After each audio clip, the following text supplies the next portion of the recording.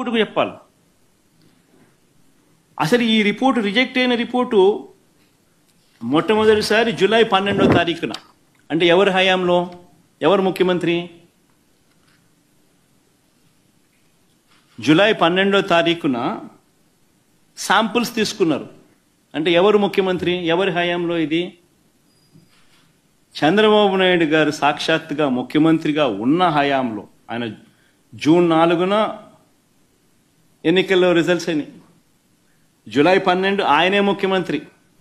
ఆయన ముఖ్యమంత్రిగా ఉండగా శాంపుల్స్ జూలై 12వ తారీఖున శాంపుల్స్ తీసుకున్నారు. వచ్చిన ట్యాంకర్, ఒక ట్యాంకర్ తిరుపతికి ఆ టైంలో వస్తే, నెయ్యి సప్లై చేసే ట్యాంకర్ వస్తే దాంట్లో నుంచి శాంపుల్స్ తీసుకున్నారు. ఈ శాంపుల్ను 17వ తారీఖున 17న అంటే వాళ్ళ టెస్టులన్నీ చేసి, ఆ 3 టెస్టులు అక్కడే వాళ్ళు చేస్తారు. చేసిన ఆ టెస్టులు సరిగ్గా రాలేదు కాబట్టి ఆ శాంపుల్స్ను 17వ తారీఖున ఎన్డీడీబీకి పంపించినారు, నేషనల్ డైరీ డెవలప్మెంట్ బోర్డుకు. వాళ్ళు 23వ తారీఖున రిపోర్ట్ ఇచ్చినారు.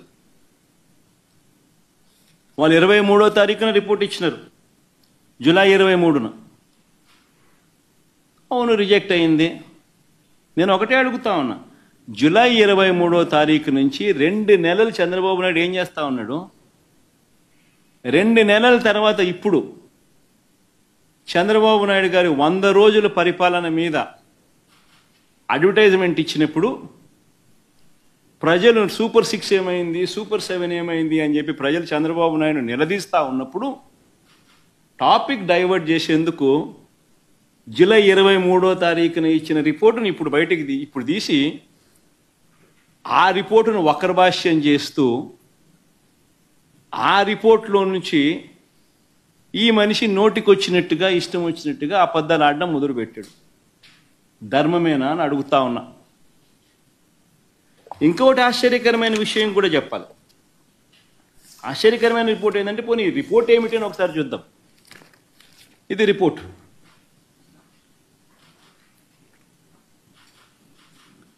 ఈ రిపోర్ట్ చూస్తే ఈ రిపోర్ట్లో కూడా ఏమని కనిపిస్తూ ఉంది?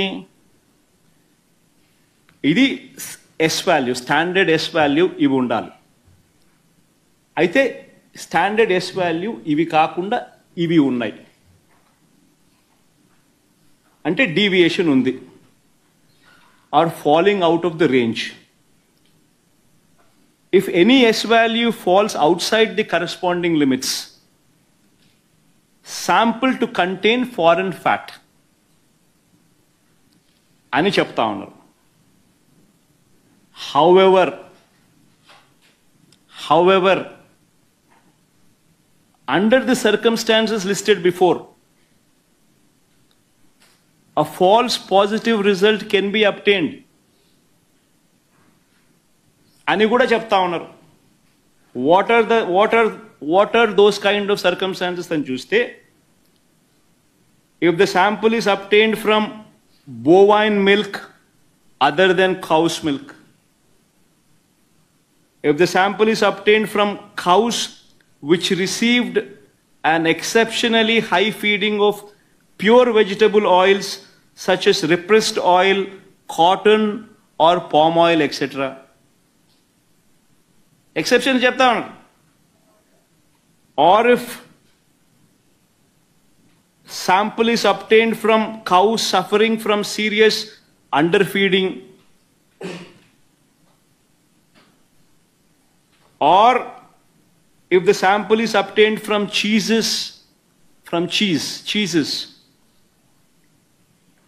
or if the sample is extracted by using the Gerber, Weibull, Berntrop or Schmidt, Bonsky, Rasgal methods. అంటే ఇవి ఎక్సెప్షన్స్ కూడా ఉంటాయి అని కూడా చెప్తా ఉన్నారు. నేను చెప్పేది ఒకటే చెప్తా ఉన్నా, ఏదైనా కానీ ఒక రోబస్ట్ ప్రక్రియ టీటీడీలో ఉంది అని చెప్పడానికి సంతోషపడాలి, గర్వపడాలి. టీటీడీ అన్న దేవాలయం అన్నది, టీటీడీలో తయారయ్యే లడ్డు అన్నది, స్వామివారికి దగ్గర తయారయ్యే ఈ కార్యక్రమం అనేది ప్రసిద్ధి కాంచిన గొప్ప పరిణామం అని చెప్పాలి. టీటీడీలో ప్రాక్టీస్ చేస్తూ ఉన్న ప్రాక్టీసెస్ ఎంత గొప్పవి అని చెప్పి ఇంకా మనం పొగుడుకోవాలి. కానీ మనమేం చేస్తూ ఉన్నాము?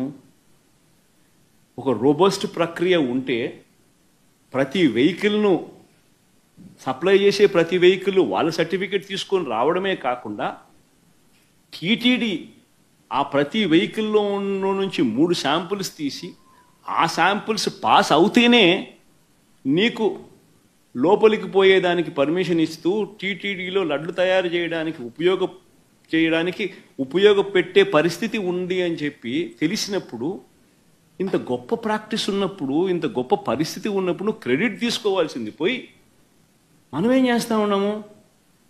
అబద్ధానికి రెక్కలు కడతా ఉన్నాం. రెక్కలు కడుతూ ఇవన్నీ శాంపుల్స్ ఇవన్నీ టెస్టుల్లో ఫెయిల్ అయినా కూడా వాడేసినారు, లడ్ల కింద తయారీ చేసేసినారు, ప్రజలకై భక్తులకై పంచిపెట్టినారు, భక్తులు అలాంటి లడ్లు తిన్నారు అనే ఒక ముఖ్యమంత్రి స్థానంలో ఉన్న వ్యక్తి టీటీడీ వెంకటేశ్వర స్వామి గుడిని అపవిత్రత పాలు చేస్తూ అక్కడ తయారు చేసే ప్రక్రియను అభాస్పాలు చేస్తూ మన గుడిని, మన వెంకటేశ్వర స్వామిని మనం తగ్గించుకుంటున్నాం.